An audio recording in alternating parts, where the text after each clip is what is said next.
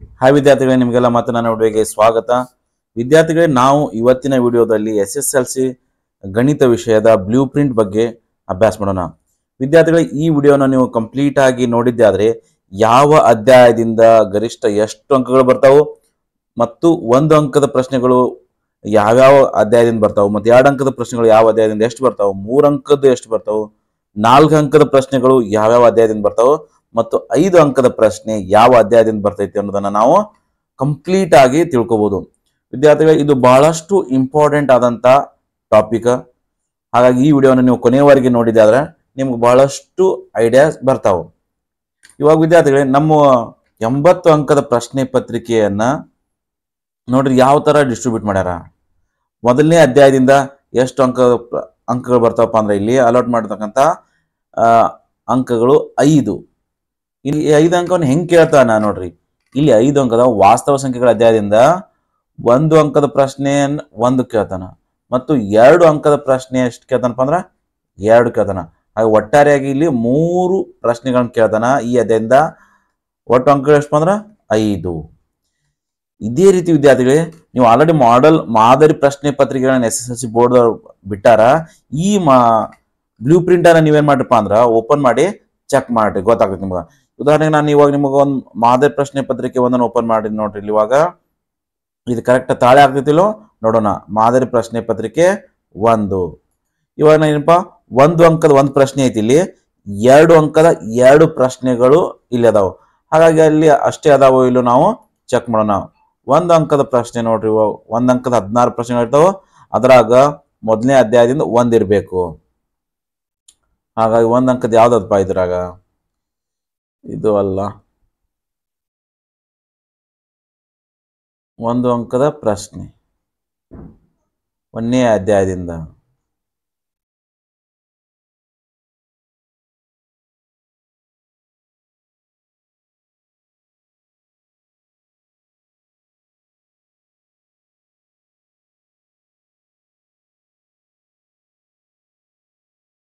ಇಲ್ಲಿ 1ನೇದೇ ಅದ ನೋಡ್ರಿ.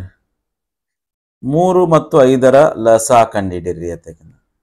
ಇದು ಏನಪ್ಪಾ ಅಂದ್ರ ನಮ್ದ 1 ಅಂಕದ ಪ್ರಶ್ನೆ. ಇನ್ನು 2 ಅಂಕದ್ದು ಎಷ್ಟು ಬರ್ತಾವಪ್ಪ ಇದ್ರಾಗಂದ್ರ 2 ಅಂಕದ್ದು 2 ಪ್ರಶ್ನೆಗಳದಾವ ಅಂತ ಹೇಳ್ಯಾರ. ಹಾಗಾಗಿ ನಾವು ಚೆಕ್ ಮಾಡೋಣ. ನೋಡ್ರಿ, 2 ಅಂಕದ ಪ್ರಶ್ನೆಗಳು ಎಷ್ಟು ಅದಾವ? ಇಲ್ಲಿ 2 ಅದಾವು. ಹಾಗೆ 2 ಅಂಕದ ಪ್ರಶ್ನೆಗಳು ನೋಡುತ್ತಾ ಹೋದ್ರಾಗ 2 ಅಂಕದ ಪ್ರಶ್ನೆಗಳನ್ನ ನಾವು ಚೆಕ್ ಮಾಡೋಣ. 2 ಅಂಕದ ಎಷ್ಟು ಅಂದ್ರೆ 17ರಿಂದ 24ರವರೆಗೆ ಬರ್ತಕ್ಕಂಥ ಎಲ್ಲಾ ಪ್ರಶ್ನೆಗಳು 2 ಅಂಕಕ್ಕೆ ಇರ್ತಾವು. ಹಾಗಾಗಿ 17ನೇ ಪ್ರಶ್ನೆ ಅಂತ ಇಲ್ಲಿ ನೋಡ್ರಿ, ಇಲ್ಲಿ 2 ಇರ್ಬೇಕು ಪ್ರಶ್ನೆ. ಇಲ್ಲಿ 20ನೇ ಪ್ರಶ್ನೆ ನೋಡ್ರಿ, ನಮ್ದು 20ನೇ ಪ್ರಶ್ನೆ.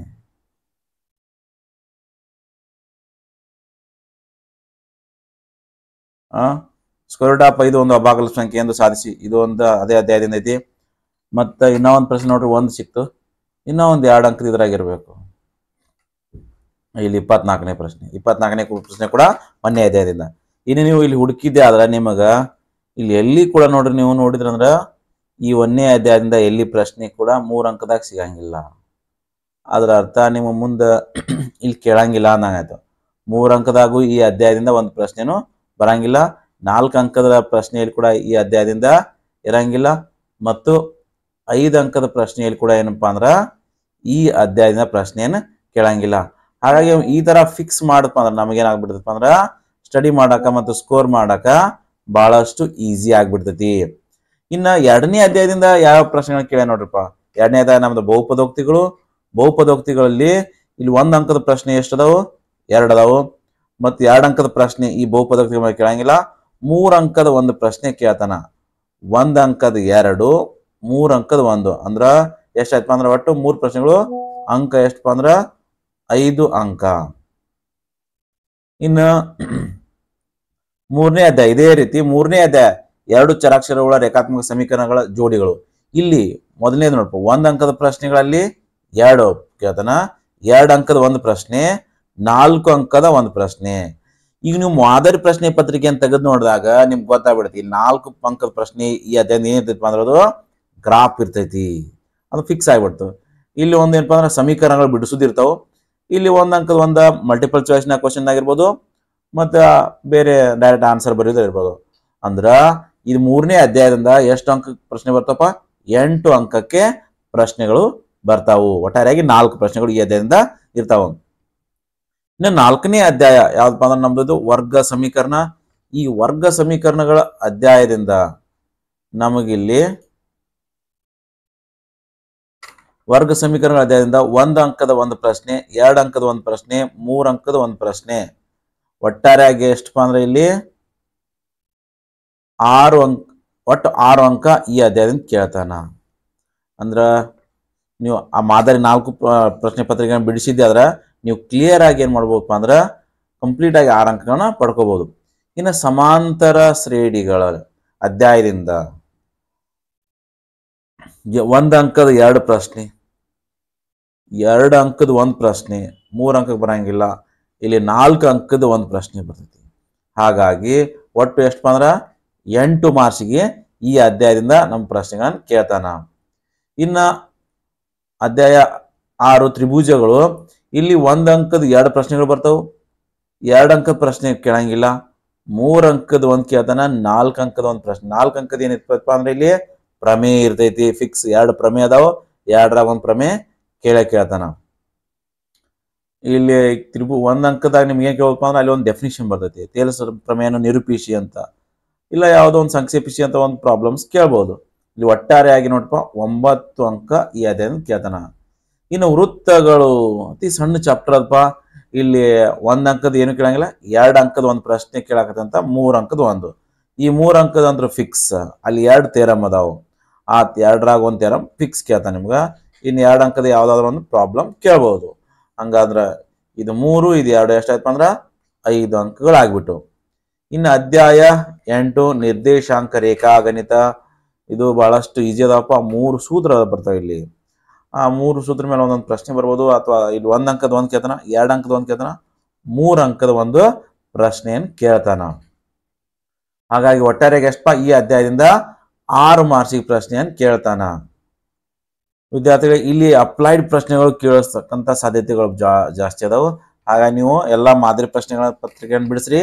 ಮತ್ತೇನ್ ಮಾಡ್ರಪ್ಪ ಅಂದ್ರೆ ಹಿಂದಿನ ವಾರ್ಷಿಕ ಪ್ರಶ್ನೆ ಪತ್ರಿಕೆಗಳನ್ನ ಕೂಡ ಬಿಡಿಸ್ರಿ. ವಿದ್ಯಾರ್ಥಿಗಳೇ, ನಾನು ಇವೆಲ್ಲ ಅಧ್ಯಾಯಕ್ಕೆ ಸಂಬಂಧಪಟ್ಟಂತ ಎಲ್ಲ ಎಕ್ಸರ್ಸೈಸ್ಗಳ ವಿಡಿಯೋಗಳನ್ನು ಮಾಡೀನಿ. ನೀವು ಹೋಗಿ ಅವುಗಳ ಕೂಡ ನೋಡ್ರಿ. ಇನ್ನು ತ್ರಿಕೋನಮಿತಿಯ ಪ್ರಸ್ತಾವನೆ, ಇಲ್ಲಿ ಎಷ್ಟು ಅಂಕದ ಕೇಳ್ತಾನಪ್ಪ ಅಂದ್ರೆ 1 ಅಂಕದ 1, 2 ಅಂಕದ 1, 3 ಅಂಕದ 1.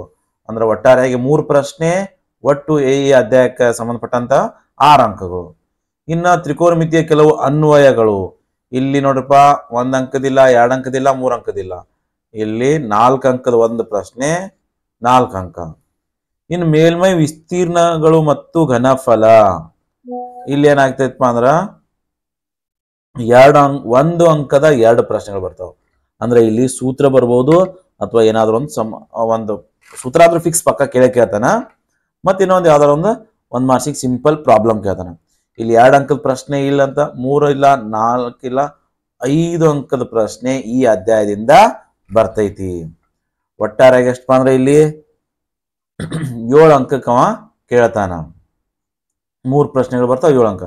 ಇನ್ನು ವೃತ್ತಗಳಿಗೆ ಸಂಬಂಧಿಸಿದಂತ ಒಂದೇ ಪ್ರಶ್ನೆ ಕೇಳ್ತಾನ. ಆ ಒಂದು ಪ್ರಶ್ನೆ ಎಷ್ಟಕ್ಕಪ್ಪ 3 ಅಂಕಕ್ಕದ. ಇನ್ನು ಸಂಖ್ಯಾಶಾಸ್ತ್ರದಾಗ ನೋಡ್ರಿ ವಿದ್ಯಾರ್ಥಿಗಳೇ, ಇಲ್ಲಿ ಎಷ್ಟು ಅಂಕ ಫಿಕ್ಸ್ ಮಾಡ್ಯಾನಪ್ಪ ಸಂಖ್ಯಾಶಾಸ್ತ್ರಕ್ಕ? 4 ಅಂಕಗಳನ್ನವ ಫಿಕ್ಸ್ ಮಾಡ್ಯಾನ.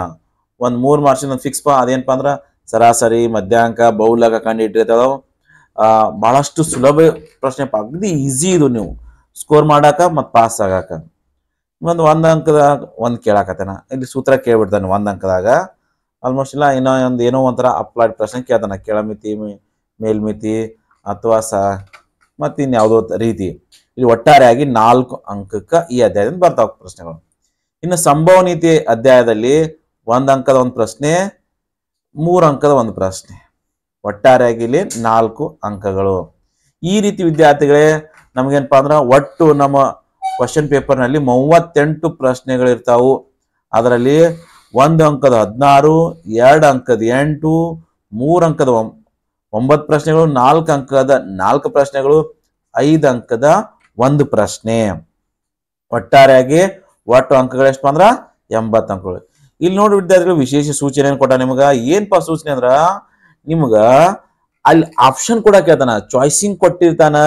ನಿಮಗ್ ಒಂದ್ ಬಂದಿಲ್ಲ ಅಂದ್ರೆ ಇನ್ನೊಂದು ಬರಿಬಹುದು. ಅಲ್ಲಿ ಎಲ್ಲಾ ಪ್ರಶ್ನೆಗಳು ಚಾಯ್ಸಿಂಗ್ ಇರಂಗಿಲ್ಲ, ಕೆಲವು ಸೆಲೆಕ್ಟೆಡ್ ಪ್ರಶ್ನೆಗಳಿಗೆ ಮಾತ್ರ ನಿಮ್ಗೆ ಏನಿರ್ತದಪ್ಪ ಅಂದ್ರ ಚಾಯ್ಸಿಂಗ್ ಇರ್ತೈತಿ. ಹಾಗಾದ್ರೆ ಅಂತ ಪ್ರಶ್ನೆಗಳು ಯಾವಪ್ಪ? 2 ಅಂಕದ ಪ್ರಶ್ನೆಗಳಿಗೆ 2 ಆಂತರಿಕ ಆಯ್ಕೆ ಪ್ರಶ್ನೆಗಳನ್ನು ಕೊಟ್ಟಿರ್ತಾನ ಅಂತ ಹೇಳ್ತಾನ. ನೀವು ಮಾದರಿ ಪ್ರಶ್ನೆ ಪತ್ರಿಕೆ ಒಳಗೆ ಹೋಗಿ ನೋಡಿದಾಗ ಗೊತ್ತಾಗ್ತೈತಿ.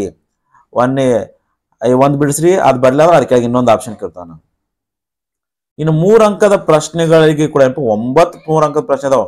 ಆ 3 ಅಂಕ ಅಲ್ಲಿ 4 3 ಅಂಕದ ಪ್ರಶ್ನೆಗಳಿಗೆ ಆಪ್ಷನ್ ಇರ್ತಾವು.